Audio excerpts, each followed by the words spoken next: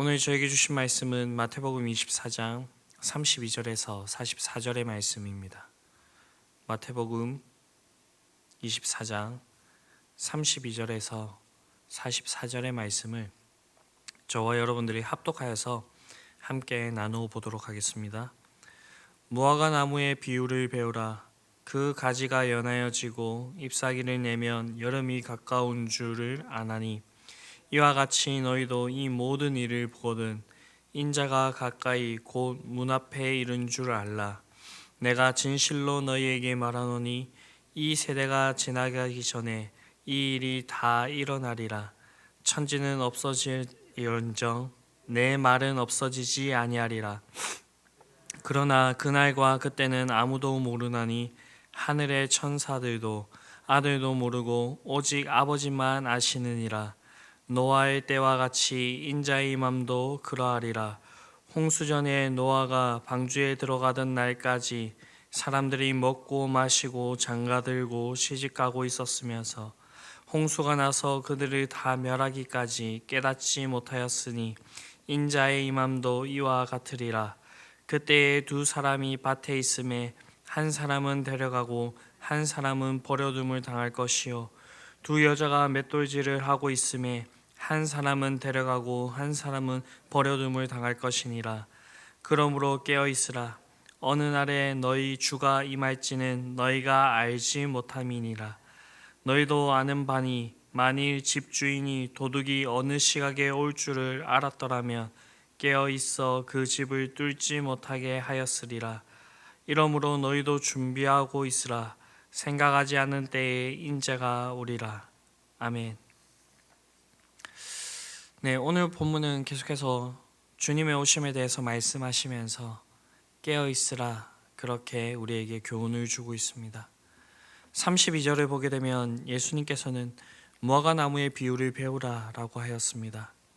즉 무화과 나무의 가지가 연해지고 잎사귀가 나면 여름이 가까운 줄 알듯이 앞서 말씀하신 바대로 거짓 그리스도가 출현하고 전쟁과 난리의 소문을 듣게 되면 세상의 종말이 다가온 줄 알라라고 하는 그 말씀인 것입니다. 그러나 36절에 우리가 보면 알 수 있듯이 그 날과 그때는 아무도 모릅니다.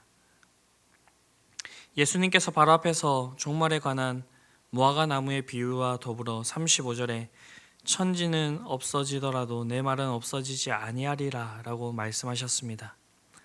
이러한 예수님의 말씀을 종합해 보면 종말은 반드시 올 것이지만 그때는 아무도 모른다라고 말씀을 하신 것입니다. 그때는 오직 아버지 하나님께 달린 것이라고 그렇게 말씀을 하신 것입니다.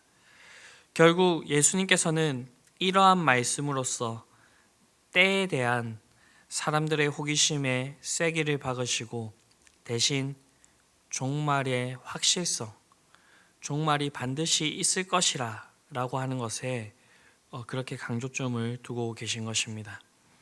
우리 인간에게는 두 가지의 의미의 종말이 있습니다.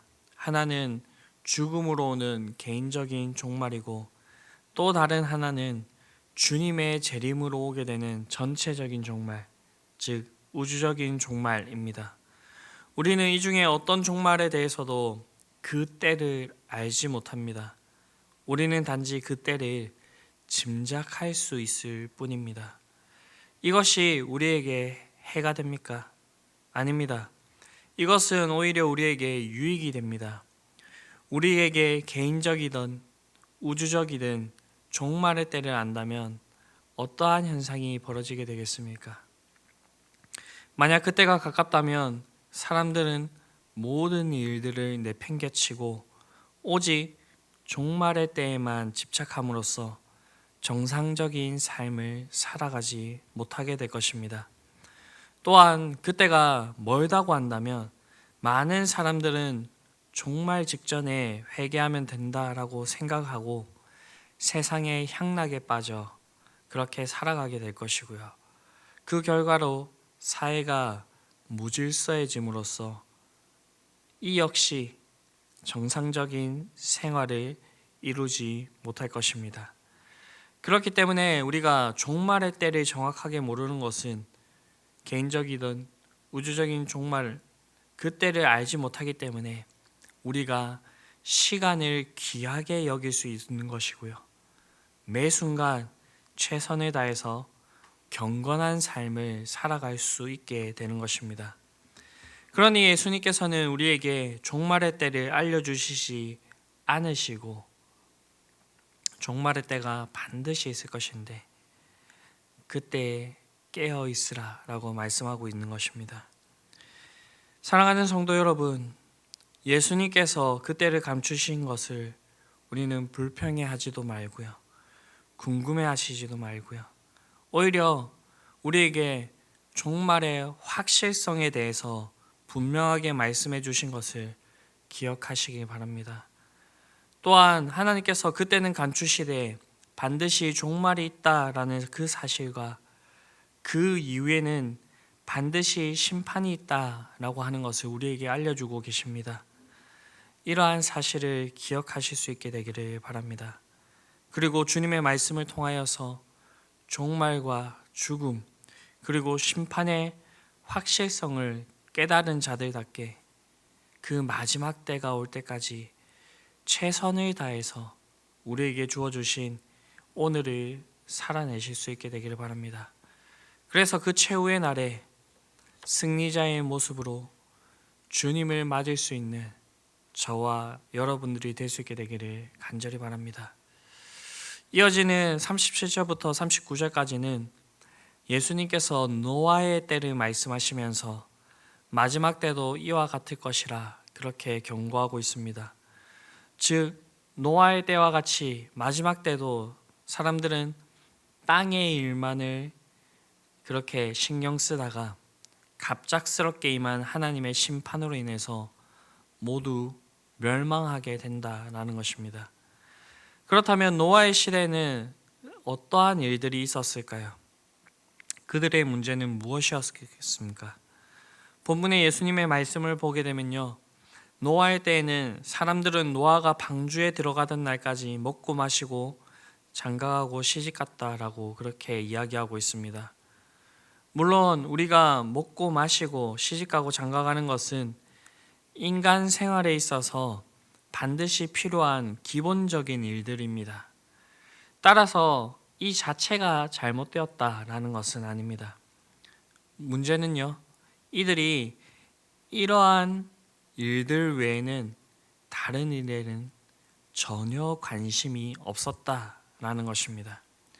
즉 그들은 심판의 경고가 있었음에도 불구하고 여전히 먹고 마시고 장가가고 시집가는 등 자신의 개인적인 기본적인 욕망을 충족시키는 그 행위만을 했다라는 것입니다.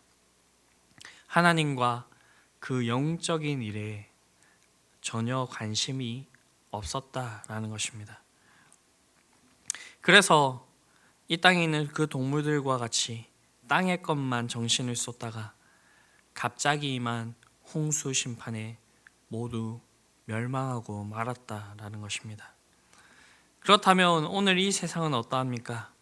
예수님께서는 분명히 세상에 종말이 있을 것임을 말씀하셨고 그 징조들이 곳곳에서 나타나고 있는데도 불구하고 오늘날 역시 노아의 시대 사람들과 같이 오직 자신의 욕구를 채우는 일에만 몰두하고 있습니다. 이러한 자들에게는 소망이 없습니다. 그들은 하나님의 심판의 날이 순식간에 임할 때에 다 멸망하게 될 것이고 하나님께서 예비하신 그 영원한 지옥에 떨어지게 될 것입니다. 사랑하는 성도 여러분, 우리가 이 세상을 살아가기 때문에 이 땅에서 우리가 채워야 될 기본적인 것들에 우리가 힘을 쏟을 수밖에는 없습니다. 그러나 우리는 이 세상 사람들과는 달리 이 땅의 것만 바라보는 자들이 되어서는 안 될 것입니다. 우리는 하나님의 백성답게 이 땅에 살아가지만 하늘의 것, 신령한 것을 바라보며 우리의 보화를 하늘에 쌓아야 될 것입니다. 하늘의 심판을 준비하는 삶을 살아감으로써 물로 세상을 심판하실 때에 구원을 받았던 노아처럼 장차 있을 최종 심판 앞에서 구원의 은혜를 입은 그런 복된 저와 여러분들이 될 수 있게 되기를 간절히 바랍니다. 이어지는 40절과 41절을 보게 되면 마지막 날에 있을 최종적인 분리에 대해서 말씀하고 있습니다.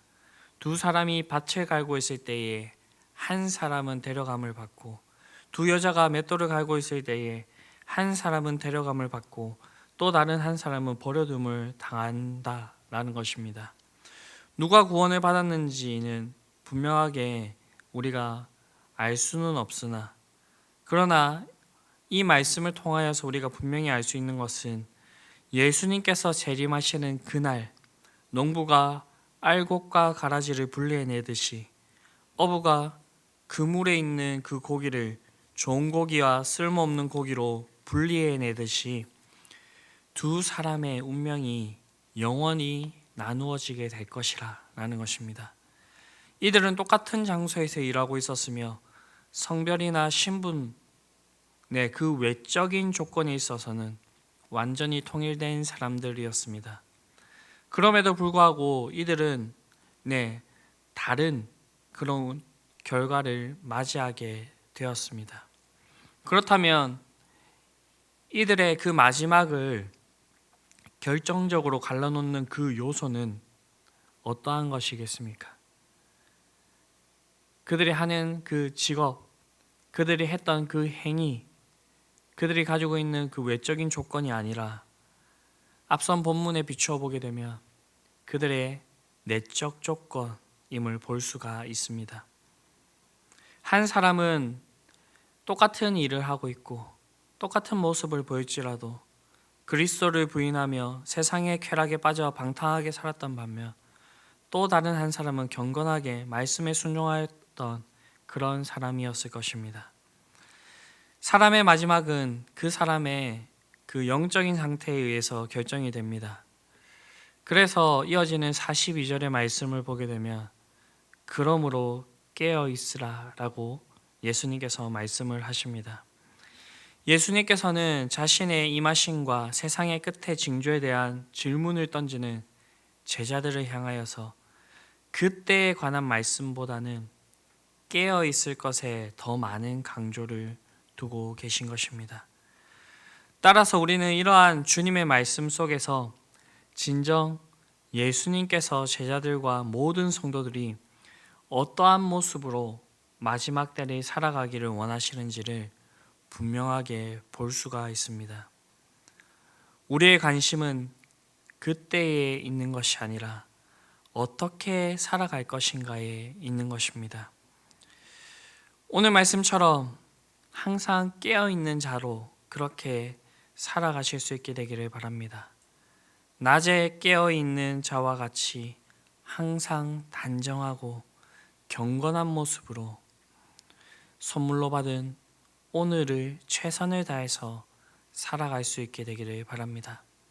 그리하여서 주님께서 뜻하지 않은 시간에 오실지라도 우리는 잠자는 자와 같이, 어둠에 속한 자와 같이, 밤에 속한 자와 같이 그렇게 호련히 그 마지막 때를 맞이하는 것이 아니라 낮의 아들들, 빛의 아들들과 같이 깨어서 주님을 맞이할 수 있는 저와 여러분들이 될 수 있게 되기를 바랍니다.